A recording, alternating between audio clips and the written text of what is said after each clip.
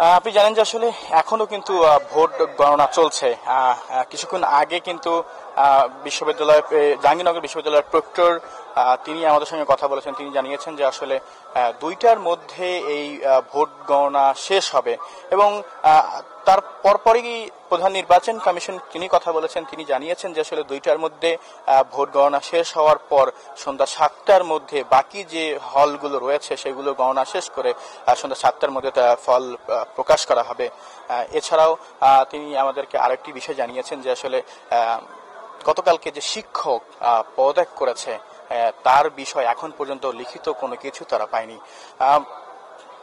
সকাল থেকেই আমরা কিন্তু ঘুরছি, বিভিন্ন প্রার্থীরা আসছেন যাচ্ছেন, তারা একটা কথাই বলছেন যে আসলে এত সময় করে আসলে এই নির্বাচনের ফল প্রকাশ করবে তারা আসলে কখনো এটা আশা করেনি এবং তারা ক্ষোভও কিন্তু প্রকাশ করেছেন।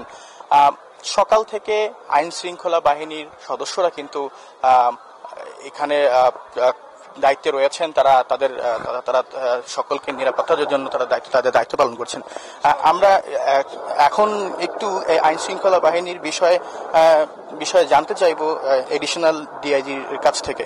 একটু আমাদেরকে বলবেন যে আসলে আপনারা কি ধরনের প্রস্তুতি নিয়েছেন এই নির্বাচনকে কেন্দ্র করে? জি, ধন্যবাদ। আমরা তো গত 10 তারিখ থেকে আমাদের পুলিশ এখানে ডেপ্লয় করা আছে, 10, 11, 12, 13। আমরা সার্বিক নিরাপত্তার জন্য আমরা আমাদের যে আইন শৃঙ্খলা বাহিনী আমরা বিশ্ববিদ্যালয়ের প্রতিটি গেট, সিনেট ভবন এবং অন্যান্য যে গুরুত্বপূর্ণ স্থাপনা আছে সবগুলিতে আমাদের পুলিশ মোতায়েন করা আছে। নিরাপত্তা সংক্রান্তে কোনো ঝুঁকি নাই, কোনো সমস্যা নাই, সবকিছু সুন্দরভাবে আছে। ফলাফল ঘোষণার জন্য সবাই অপেক্ষমান আছে, আমরাও আছি এবং এটা ফলাফল ঘোষণা হবে ইনশাআল্লাহ।